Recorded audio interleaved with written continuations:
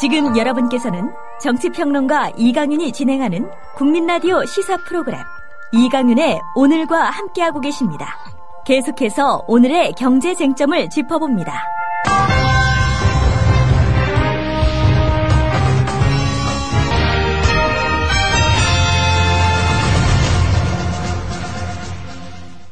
네, 경제 뉴스 겸 짧게 경제 공부하는 시간이죠. 한국경제TV 이인철 기자, 안녕하십니까? 예, 안녕하세요. 채권단 대우조선 해양 지원하려고 했는데 이거 백지화했다고요? 그렇습니다. 좀 의외인데요. 일단 금융당국, 채권단 결국 대우조선 해양의 추가 지원을 전면 보류했습니다. 네. 사실 당초 예상은 한 4조 원 이상 추가 지원을 해야 되지 않겠느냐. 그래야 이제 경영 정상화가 가능하지 않겠느냐라고 봤었죠. 뭐 생존을 위해서는 한시가 급한 이 대우조선해양, 어쨌든 이 구조조정의 돌발 변수가 생긴 셈인데요. 네. 정부의 입장은 일단 이 회사가 먼저 고강도 자구 계획을 해라. 그리고 노조의 동의를 받아라. 이게 선행돼야 된다는 겁니다. 네. 이런 이 충분한 자구 계획이 마련됐다라고 판단되면 사후에 지원을 검토하겠다라는 겁니다. 사실 이 대규모 손실에 따른 책임론에다 뭐 여론까지 뭐 혈세 낭비 아니냐라는 지적이 받아왔죠. 그러자 이제 정부가 갑자기 선 자구 계획 후 정상화 지원으로 방향을 이제 튼 셈인데요.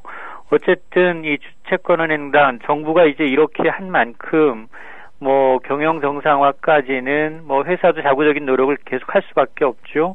뭐 임금 동결이라든가 파업 포기라든가 이런 걸 요구할 수밖에 없고요. 뭐 이에 대해서 대우조선 노조 측은 이미 회사의 조기 정상화를 위해서 모든 노력을 하겠다라고 밝힌 바가 있는데 좀 당황스럽다라는 입장인데요. 어쨌든 대우조선해양의 지금 재무 상태는 심각합니다. 최근에 이제 산업은행 실사를 보니까 올해만 5조 3천억 원의 적자입니다. 와. 부채 비율이 4,000% 넘지 않겠느냐라고 보고 있습니다. 어마어마합니다. 우리 이 기자님 감기 드신 모양이에요? 저도. 약간, 네, 목 관리 잘 하시는 아주 낭낭한 목소리였는데. 자, 그나저나, 그래도 물을 건 물어야죠. 아니, 5조가 넘으면 이거 회생 가능이 있습니까? 일단, 지금까지 누적된 이 부실을 한꺼번에 털다 보니까 나온 이 상황이고요. 예. 그리고 이제 채권단, 그리고 신용평가사들이 이제 이 판단을 하건데, 과연 이 5조가 넘는 적자 올해만 그런데요. 물론 뭐 그 이전에는 계속해서 흑자를 내왔다. 장부상은 흑자를 내온 게 사실이긴 하지만 그러나 이거를 봤을 때 이제 자산 매각과 그리고 이제 대우조선 해양이라는 브랜드 가치와 남아 있는 걸 따져보게 됩니다. 아하. 그래서 신용평가를 하고 난 다음에 이거를 이제 분류를 하죠. A등급이냐, B등급이냐, C등급이냐, D등급으로 나누게 되는데 결국 대우조선해양은 C등급이나 뭐 D등급으로 갈 확률이 높습니다. 뭐 A, B는 이제 금융지원 없이도 독자 생존이 가능하지만 C등급의 경우에는 채권단에 의해서 구조조정을 해야 하고요.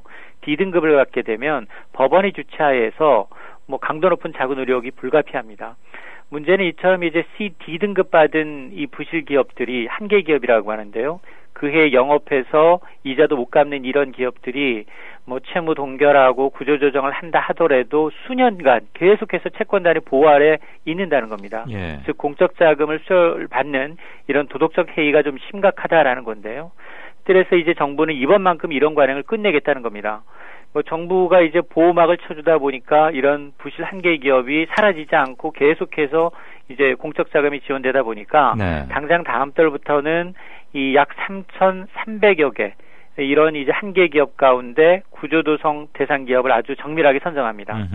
그래서 이번만큼은 사실은 지금까지는 정부가 이제 나서서 구조조정 대상 기업을 정하고 이제 했는데 앞으로는 이 부실만을 이제 전담하는 채권회사를 만들어서 민간 주도로 구조조정을 착수하게 하겠다라는 겁니다. 예. 그래서 그러나 이제 그 정부는 또 개별 기업은 민간한테 맡기지만 그러나 산업별 구조조정도 필요합니다. 지금 뭐 조선이라든가 해양이라든가 이 철강이라든가 중복 투자 그렇습니다. 중복 투자돼 있고 구조가 많이 이제 많은 중복돼 있는 것은 통합하거나 이제 M&A를 통해서 산업 재편에 올인하겠다. 아마 기억하실 겁니다. 이제 금융위기 당시에 이제 빅딜이라는 명목하에 그렇죠. 반도체 산업, 자동차 산업 이렇게 기업 간 주고받았던 그런 이제 이 큰 그림에서 산업별 구조조정을 진행하겠다라는 겁니다. LG는 반도체 내놓고 삼성은 자동차 포기하고 뭐 그때 그랬었죠. 그렇습니다.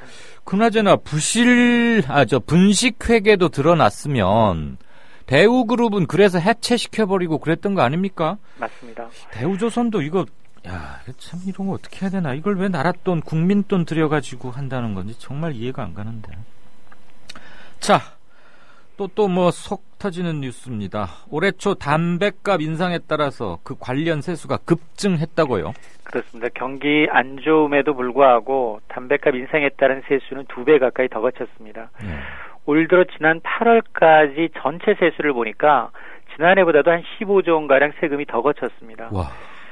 경기 어렵다고 하지만 이제 세수 어떤 데 늘어났냐를 보니까 담배값 인상 효과도 컸고요. 예. 그다음에 증시가 거래량이 늘다 보니까 증권 관련 세금도 늘었습니다. 여기다 부동산 거래가 엄청 늘었습니다. 부동산 세금이 늘면서 전반적으로 세수가 늘었는데요. 실제로 이제 보건복지부 국회 예산정책처의 이제 자료를 보게 되면 네. 올 초 담배 가격이 2,500원에서 4,500원으로 뛰니까 담배에 붙는 담배세가 한 갑당 기존의 354원에서 841원입니다. 2배 이상 뛰었습니다. 뭐 이런 상황이다 보니까 정부는 뭐 앉아서 이제 담배 부담금 수입이 지난 2004년에 1조 6천억 원에서 이제 아마 내년에 거칠 세금은 2조 9천억 원 정도로 늘어나지 않겠느냐. 뭐 이러다 보니까 이제 일부에서는 담배값 인상의 최대 수혜는 정부다.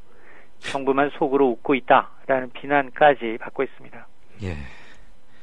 아니 뭐 2,000원씩이나 거의 그러니까 2배 그러니까 2배 가량 올려버렸는데도 수요 탄력이 다시 원자리로 돌아왔다니까 뭐 너무 당연하고 이제 뭐 소주값도 올린다면서요.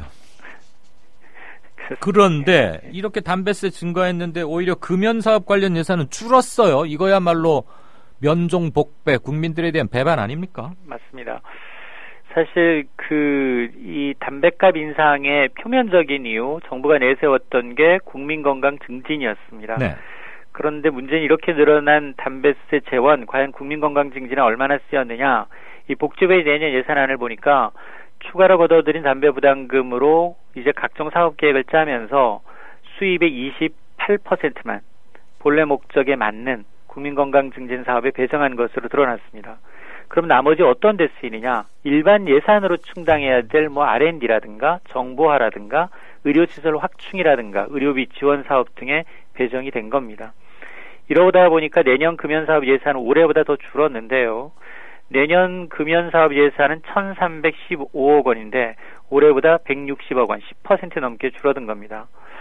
뭐 당연히 담배값 인상의 당위성을 설명하면서 겉으로는 국민건강 증진 목적이다라고 누누이 강조했지만 실제로 세금은 2배 늘었지만 금연 예산 깎고 엉뚱한 곳에 예산을 좀 허비하고 있는 게 아니냐라는 불만이 고조되고 있습니다. 아니 담배세 그렇게 2,000원이나 올려놓고 이거 어디다 쓰는지 이거 국회에서 조목조목 한번 따져야 되는 거 아닙니까? 그 사용 용처가 그래서 이제 뭐 R&D라든가 예. 정보화 사업이라든가 의료시설 확충이라든가 이 보건복지부 내에 있는 일반 예산으로 이걸 전용하겠다는 겁니다. 복지부에서 쓴다고요? 네. 딴 부에서 손 안 대는 것 그나마 다행이라고 생각해야 되나 의원?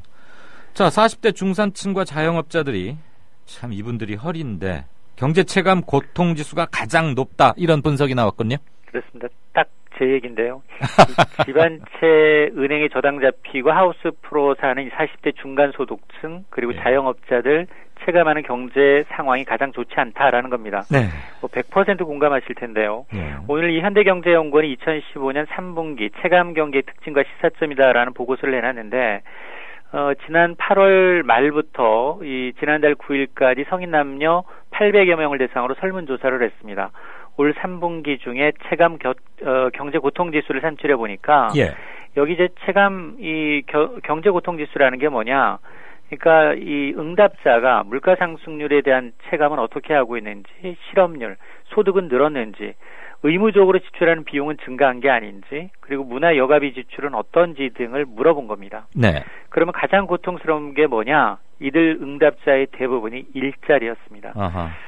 응답자의 평균 체감 실업률은 15.2%입니다. 네. 지난 어마어마하네요. 7월에 통계청이 발표했던 실업률이 3.7%거든요. 5배네요. 그렇습니다. 그러니까 이 부분이 가장 고통스럽다는 거고요.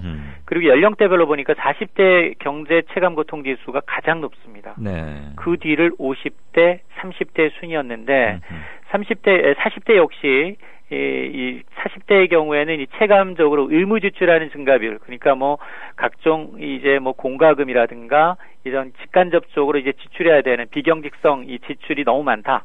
그리고 체감 실업률이 너무 높다라는 부분에 대해서 고통이 가중되는 것으로 나타났고요. 네. 소득별로 보니까 중간 소득층이 저소득층이나 고소득층보다도 더 힘들다라고 답변을 했고 직업별로 보니까 자영업자가 가장 높았고요.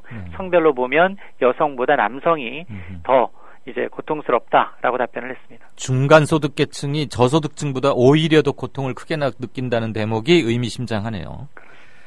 자, 이건희 삼성전자 회장, 이거 정말 본인이 의사 표현을 해서 사인하고 낸 건지 아니면 주변 사람들이 그냥 이건희 회장 체면 세워주려고 했는지가 궁금하던데, 맞습니다. 200억 원을 청년 희망 펀드에 기부하겠다고요? 사실 그 이건희 회장의 이제 올해 배당금은 1,758억 원입니다. 국내 뭐 부동의 1위거든요. 예. 그래서 정말 뭐 이 회장 입장에서는 정말 크지 않은 금액일 수도 있지만 그래도 부자라고 해도 예. 200억 원을 선뜻 내놓기는 쉽지가 않습니다. 예. 그러면 말씀하신 것처럼 뭐 이건희 회장의 건강 상태에 대해서 뭐 이러쿵저러쿵 설만 난무한데 과연 오늘 200억 원을 청년 희망 펀드에 기부하겠다. 그럼 이게 정말 자발적인 건지 아닌지가 궁금한데요. 예. 오늘 삼성 측의 이 발표를 보니까 청년 희망 펀드의 삼성 사장단이 한 50억 원, 예, 그리고 이제 그 이건희 회장이 200억 원 정도로 내는데 합쳐서 250억 원을 출연을 한 겁니다. 예. 그리고 이건희 회장의 기부금은 개인 재산을 기탁한 것이다. 이 회장이 당초 이제 수재위원금 등을 기부할 때 포괄적으로 위임을 받아놓은 상태다라는 겁니다. 그러니까 이 얘기는 뭐 이 회장이 지금 내겠다 안 내겠다 의사표명을 한 게 아니라 기존에 이제 기부에 관한 한 따로 묶어둔 돈이 있다는 겁니다. 예. 그런 것 때문에 이제 이 평소 인재 양성을 중시했던 점을 고려해서 이번에 개인 재산을 기부한 것이다라고 설명을 하고 있습니다. 예.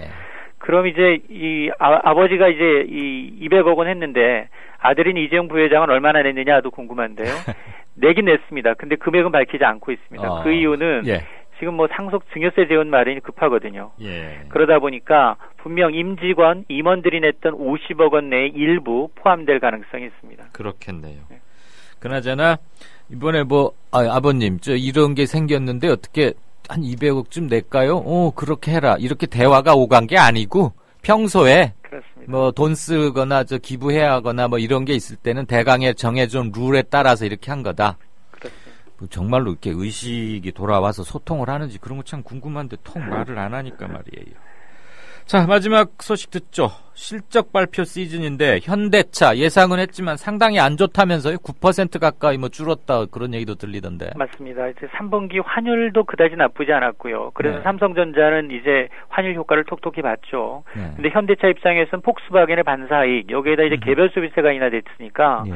정말 현대차한테는 절호의 기회였습니다. 그러게요. 근데 실적은 실망스러운데요. 매출은 소폭 늘었지만 영업이익은 5년 만에 가장 낮습니다. 어허. 오늘 현대차의 3분기 매출은 23조 4천억 원, 영업이익은 1조 5천억 원인데요. 지난해 3분기 1년 전과 비교하면 매출은 2.7% 늘었지만 영업이익은 9% 줄었습니다. 당초 예상했던 것보다 소폭 밑돌면서 지난 2010년 4분기 이후 5년 만에 가장 낮은데요. 특히나 이제 매출액 대비 영업이익률은 뭐 현대차의 경우에는 과거 두 자릿수여서 뭐 세계적으로 수익성이 높았습니다. 네. 그러나 지금 이 3분기에 매출액 대비 영업이익률은 6.4%입니다. 거의 반토막이 났다는 건데요. 예. 현대차는 그러다 보니까 국내외 시장 1월부터 9월까지 누적 판매 실적도 많이 났습니다. 뭐 미국, 내수, 중국 시장 모두 판매가 줄어서 과연 이거 4분기에 만회가 될지도 좀 의문입니다. 구조적인 걸로 보십니까? 일시적인 걸로 보십니까? 일단 현대차의 경우에는 일단 해외 비중이 많습니다. 매출 비중이. 네. 국내의 경우에는 이미 가격 경쟁력을 좀 갖기가 좀 어려워졌고요. 네. 해외에서도 지금 FTA 하면서 대부분의 이제 이 가격 경쟁력과 환율에 의존하기 좀 어려워졌습니다. 네. 그렇다면 성능, 연비, 이런 이제 뭐 디자인 이런 것 갖고 승부를 걸어야 되는데, 현대차가 아직은 뭐 전 세계적으로 차량 판매 대수 면에서는 세계 5손가락 안에 든다고 하지만 네. 정말 품질이나 성능 면에서 이제 경쟁할 수 있느냐, 이 부분은 별개의 문제인 것 같습니다. 알겠습니다. 우리 이 기자가 설명해 주시면은 뭐 재정이건 화폐건 실물 경제건 싹싹 들어와요. 근데 혼자 신문 보려면 좀 깝깝해져요. 잘 들었습니다. 네, 감사합니다. 네, 지금까지 경제뉴스 브리핑 한국경제TV의 이인철 기자였습니다.